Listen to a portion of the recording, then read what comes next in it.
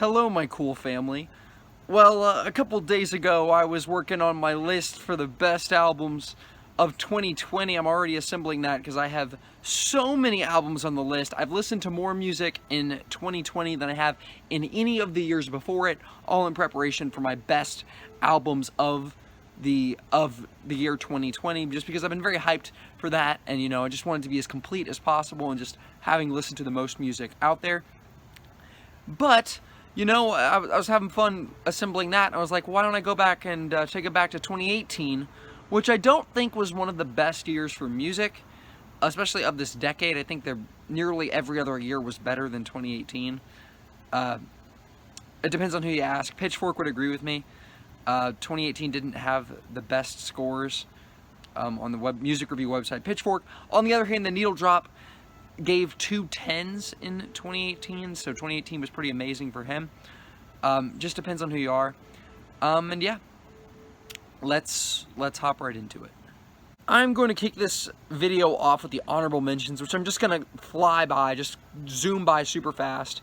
And, here are the honorable mentions. Room 25 by No Name. This is a really, really good album. It's a really good rap album. It's not exactly my thing, and basically all these honorable mentions are albums that I think are really great. They're just not my thing. This is not my thing. It's really good. It's just not something that I personally come back to or really enjoy a whole lot personally. And I gotta say the same thing about A Brief Inquiry into Online Relationships, the 1975 album. I have never been able to get into the 1975, and I can't get into this album. I can acknowledge it's really great. It has Love It If We Made It, which is one of my favorite songs of 2018, if not my favorite song of 2018. It might be, honestly. Yeah, it might be my favorite song of 2018. But I really can't get into the whole album, so I gotta leave it at that. Next, Be the Cowboy by Mitski. Oh, never mind. Well, I don't know. This one has the song Nobody on it, which is once again my contender for the best song of 2018. I love that song. It's a perfect pop song and a really good album. It's a little bit weird and it's a little bit difficult to get into for me, and I think it's something that will alienate audiences and critics will be attracted to it, but whatever. It's not my favorite. You Won't Get What You Want is very hard to listen to, and that's why it's not in my top 10. I have trouble listening to this album. It's extremely unpleasant. It's extremely good, but it's extremely unpleasant. And then Daytona by Pusha T. Really great project, really good performance, and really good production. I don't know if the lyrics are the best, but there are bars, and it's a very, very solid rap project. My number 10 is Die Lit by Playboy Cardi. I will link my review of this below, but this is an album that I didn't listen to until the year 2020. I avoided it like the plague because I was like, oh, this sounds bad. It's Playboy Cardi. Ew, I don't like Playboy Cardi. And then I listened to the album. I love it. This is actually probably my most listened to album. Well, I don't know. I've listened to this album a ton. Definitely one of my most listened to albums in this top 10. This is just so fun. One of the best trap albums. It really feels like it is really in the lane of trap music and kind of in the mumble rap lane, but it's actually super good. And I have to commend it for that. It's a really, really great album. Yes, sir! Tranquility Base Hotel and Casino. What a fantastic album this thing is. Let me just... whoop! Oh, that's kind of loud, but whatever. Let's ride. This is one of the coolest concept albums. Wait a second. Nope, it's one of the best concept albums of 2018, and one of my favorite concept albums in general. Definitely one of the best sci-fi concept albums. It is so cool. They really take this concept and they run with it. And they run with it on every single song with the lyrics and the music and the vocals. It all is this just sleazy, cool, epic space guy. And he's running the Tranquility Base Hotel and Casino, and he's rich and he's cool and he's kind of a bad dude. And it's just, the vibe of this album is so cool. Like, it makes you feel so cool when you're listening to it. It's not going to be for everybody. It's alienated a lot of fans. A lot of people say this is the worst Arctic Monkeys album because it's not bangers. The songs are kind of slow burners, but that is what I love about it. This is my favorite Arctic Monkeys album. Welcome to the darker side of Taboo. Taboo by Denzel Curry. Frick yeah. This is one of the coolest rap albums, one of the best rap albums of 2018, and 2018 actually was a really great year for rap music. I don't think it's one of the better years for music in this decade, but I do think it was a really good year for rap music, and this is a prime example of that. You could argue that Taboo is the best Denzel Curry album. I would probably say that it is. It's definitely his most diverse album, because he's doing a lot of different things on it. On albums that are also really good, like Zoo and Unlocked. He's basically doing one thing. Unlocked is just fun freestyle raps, and then Zoo is, once again, just really like fun sounding stuff and kind of more straightforward. This one is Denzel Curry's most creative. He's doing leaps and bounds in different ways and directions, and he's really just stretching his creative ability and doing everything that he can in, you know, the fewest amount of tracks possible, like 14. They're very diverse, very unique, very creative, tons of personality. This is a really great rap album.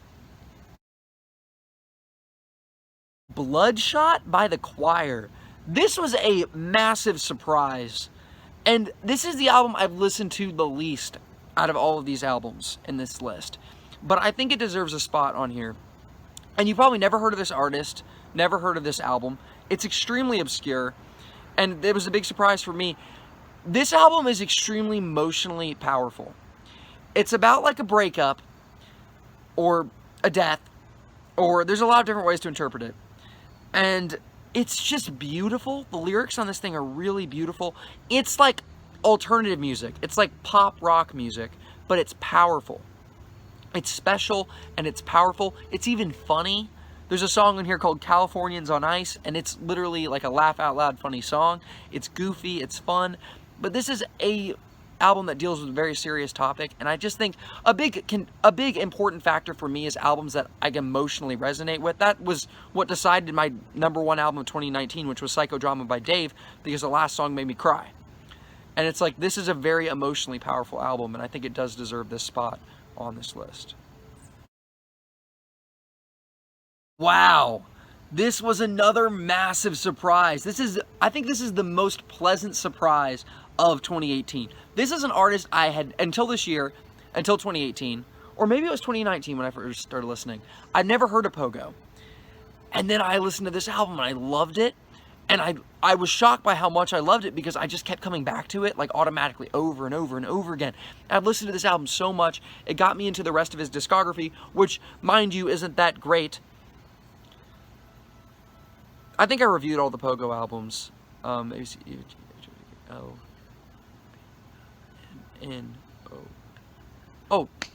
I haven't reviewed the Pogo albums yet. I will in the future.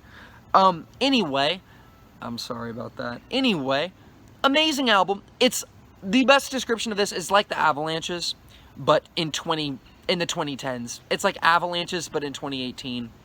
And I'm aware that it's 2020 now, and we're getting a new Avalanches album, so that's not saying as much, but it's amazing. Kids See Ghosts. What a killer album, bro. This thing is sick. This thing is so sick. This is like very sick. This is like extremely sick music. Like, wow, this is cool. This is a really cool album. I can understand Fantano giving it a 10, but I also wouldn't go that far. I'll link my review for this in the description. I reviewed this and asked, is it a 10? Spoiler alert, it's not. But epic album, so cool. Really great songs, really great production. Kid Cudi is on fire, if I'm saying his name right, is on fire on this album. He sounds so good. And he's an artist I've never enjoyed. I don't even like what is supposed to be his best album, Man on the Moon. It's the best album, bro. Man on the Moon? No way, dude. That's like the best album ever made. No way. I don't get the hype. And Kid Cudi absolutely slays it on this album. He sounds amazing. And this is just a really amazing rap album. Untitled by Me Without You. This one's kind of one I've wrestled with a lot. Me Without You is one of my favorite bands of all time. Maybe my second favorite band. Second favorite band's either Death Cab for Cutie or these guys. But behind Modest Mouse. And a lot of people said this was their best album. The fan reaction to this album, it's their swan song album, it's the last one. And a lot of people said it was their best. A lot of critics said it was their best. And I was just like, I didn't like it as much as Pale Horses, but I still think it's an amazing album, a really amazing album, a very difficult album to digest and to understand and to grapple with. Lyrically, it's really, really hard to get your head around it. Musically, it's pretty crazy. Constantly alternating between very slow and thoughtful and really loud and insane and chaotic. It's a difficult album, but I think one that's very rewarding with repeat listens. Some rap songs, man. This is not even my album of the year, this is not even my favorite rap album this year, which tells you how good rap music was in 2018. But wow, this is an epic album. Super unique, extremely interesting, just pulls you in, and it keeps you coming back for more over and over again with this really crazy production that's impossible to describe. You have to hear it to believe it. This is not something that's describable. It's something completely new, something completely different. Yeah, it's very special. Lyrically, it's great. Vocally, it's very unique. This is just a fantastic rap album. You gotta check it out. It's very original, very special, very, very, very good.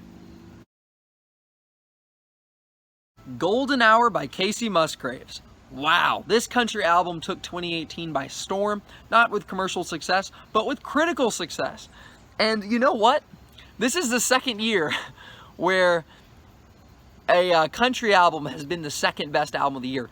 In 2019, I said Between the Country by Ian No was my second favorite album of the year. And Golden Hour is beauty in the form of music. That's what I gotta say. But I do think lyrically, it's not 100% the best. I think that's the biggest thing that holds it back. Because Casey Musgraves has an absolutely beautiful voice. She sounds like an angel. She sounds so beautiful. So amazing. I love her voice. Her personality, her voice are fantastic. I just don't, lyrically, for me, it's just not the best. It's just the songwriting is a little bit weak in some points, but the production and the vocals they couldn't be any better. You have never heard of this album. If you have not listened, if you don't listen to Christian rap, you've never heard of this, because it has no popularity, no staying power outside of the world of Christian rap, which is a shame, because this is Andy Mineo's best project. It is the most cohesive and successful album of, it's the most cohesive and successful album of 2018, which is why I put it at my number one, because it doesn't waste a single moment. There's not one drop of filler on this entire project, and it's the only project from this year that I would say doesn't have one moment that is not essential. Every minute of this album is essential. Every one of it's 25 minutes. It's really short. Is essential. The stories it tells, it's very emotionally powerful. It's extremely creative. It's extremely well rapped. You might disagree with me on that. It depends on how you like Andy Mineo's rapping style, because it does have a very different rapping style, very unique rapping style. But this is something else. This is something that you cannot ignore. I know everyone is ignoring it, which is sad, but just the most successful, the most consistent and successful album. It does everything it's trying to do, which is a lot of things it does perfectly. And yeah, it's just the most consistent album, most consistent project, and most fully realized project of 2018, in my opinion. And that's why it is my album of the year. Thanks for watching the video. What was your favorite album of 2018? Was it one of Needle Drop's favorites? Was it, You Won't Get What You Want, or Kids See Ghost? Was it, going with the Oscars and say, you know what, Golden Hour was the best album? And, I can fully understand it. I totally respect that. Pitchfork also said it was the second best. If you say this is the best, I'm like, cool, you have a great taste in music. Say that all you want. It's fantastic. If I hadn't heard The Arrow, Golden Hour would be my favorite album of this year. Also worth noting, just so you don't freak out, if you're a big car seat headrest fan, and I didn't include Twin Fantasy, I'm not including Twin Fantasy on this, which is supposed to be their masterpiece. I'm not including this because what is released in 2018 is a reissue of it, where it's repolished and refurbished, And it's, you know, the original album did not come out in 2018. It's way older than that. So that's why I'm not including that on this list. But yeah, have a great rest of your day. Thanks for watching the video.